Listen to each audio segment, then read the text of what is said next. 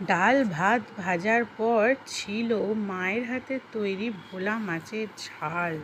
সর্ষে দিয়ে এত সুন্দরভাবে মা এই ভোলা মাছের ঝালটা রান্না করে যে একবার খেলে বারবার খেতে ইচ্ছা করবে। আর যে কোনো মাছের ঝালই আমার খেতে কিন্তু ভীষণ ভাল লাগে তরকারি থেকে। তো যাই হোক, নিয়ে নিয়েছি দেখো এখানে 2টো ভোলা মাছ, তার সাথে সর্ষে বাটার ঝাল।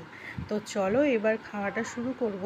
তার আগে মাছটা তোমাদের দেখিয়ে দিই। মাছটা কিন্তু একদম ফ্রেশ আর ভীষণ টেস্ট, বিশ্বাস করো। তো চলো ভালো করে এই ঝালটা দিয়ে ভাতটা মেখে নিই। এডিট করতে করতেই তো খিদে পেয়ে যাচ্ছে। যাই হোক, কিন্তু এখন খেতে পাচ্ছি না। এবার একটু লেবুর রস চিপে নিই।